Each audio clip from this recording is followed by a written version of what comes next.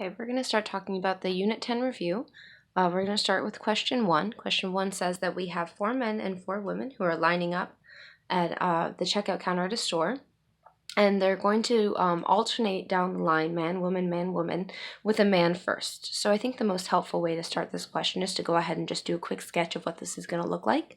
I know that the first person in line is a man, and I know that they're going to alternate all the way down. I have 4 men. And I also have 4 women. So the second person will be a woman, and the fourth, sixth, and the last person in the line is also going to be a woman. Now, in order to figure out how many ways this is possible, I'm going to go through each position and write down how many options I have for each position, and I'm going to be able to use the fundamental counting principle in order to find my total number of ways. So the first person in the line has to be a man. I have 4 men to choose from, so I have 4 options for my first position. The next person in line has to be a woman, and I have 4 women to choose from, so I also have 4 options for the next position. For the next position after that, it has to be a man. I've already chosen one of the men, so I only have 3 options left. Same thing for the next woman. I've already chosen one, so I only have 3 options left. Now when we get to the halfway point, we've chosen 2 men, we only have 2 options left. We've chosen 2 women, we only have 2 of them left. And then eventually we get down to the last 2 options. We only have 1 option left for each of those places. So I can go ahead and just type this string of numbers into my calculator, multiplying them all together, 4 times 4 times 3 times 3 times 2 times 2 times 1 times 1. Or I can rearrange this just a little bit. If I notice that I have, for the men, 4 times 3 times 2 times 1, which is 4 factorial. And for the women, again, 4 times 3 times 2 times 1, I have another 4 factorial. So what this ends up being is actually 4 factorial times 4 factorial. Now 4 factorial is 24 if you type it in your calculator, so we just have to do 24 times 24, which is going to be 576 for our final answer. We have 576 ways to arrange these people in line. Now we can go ahead and move on to question 2.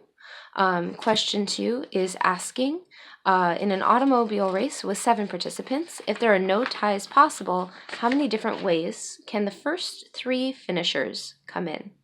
So in this case, we have 7 participants, no ties possible, and we want to figure out how many different ways the first 3 finishers can come in. So the first 3 finishers, the first thing to ask ourselves in this question is whether or not the order matters, because that's going to change the way that we calculate this this permutation. And in this case, the order does matter, because if you come in first place, it's very different from coming in third place. So the order that they come through does matter.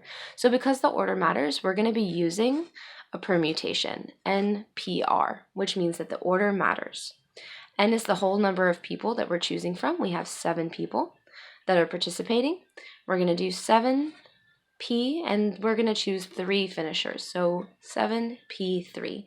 We just have to type that into our calculator. So if you do 7P3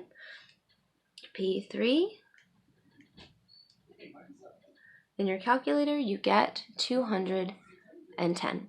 And that's our final answer for that question. Now for question 3, we have a few questions being asked here. So let's take a look at this.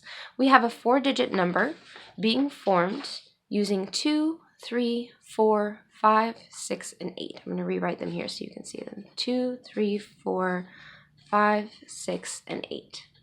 We can't repeat any numbers, and we're trying to make a 4-digit number. Part I specifically is asking how many different 4-digit numbers can we form if there are no restrictions. 4-digit numbers. So we have to choose 4 of these numbers, and we have to ask ourselves again, does order matter? And in this case, it also does, because 1, 2, 3 is a very different number from 3, 2, 1, because the order of these numbers does matter. So we know that order matters. So in this case, we're going to be using a permutation again, which is that NPR. So because we have to use a permutation, we have to take the total number of numbers. We have 6 digits possible, and we have to permutate 4 of them. So 6P4.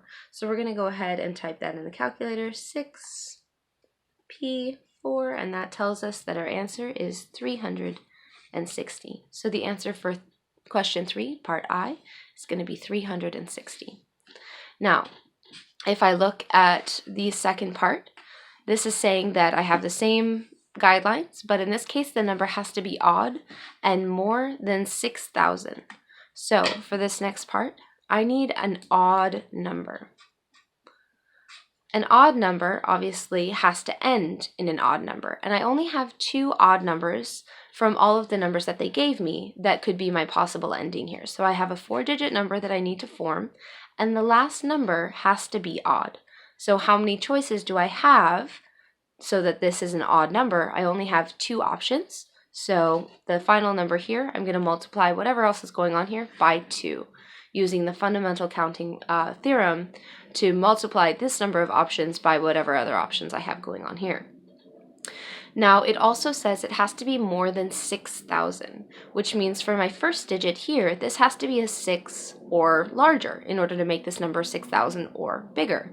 And I only have 2 numbers that satisfy that. I have a 6 and an 8 in order to give myself a 4-digit number that's bigger than 6,000. So this 6 and 8 are my 2 options to begin this number.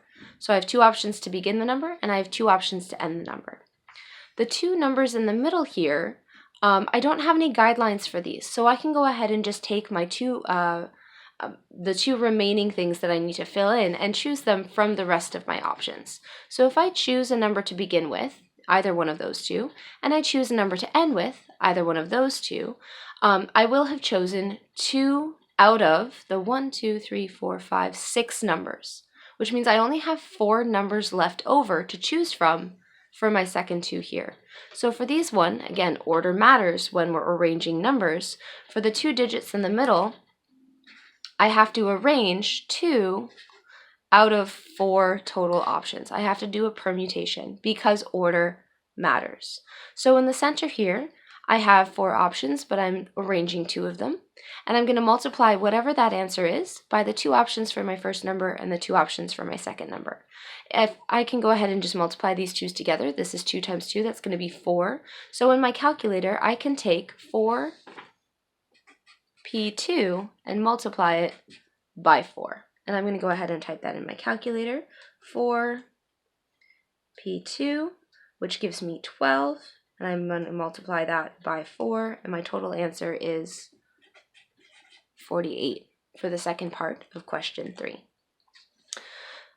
That's it for this video. We're going to pick up with question 4 in the next video.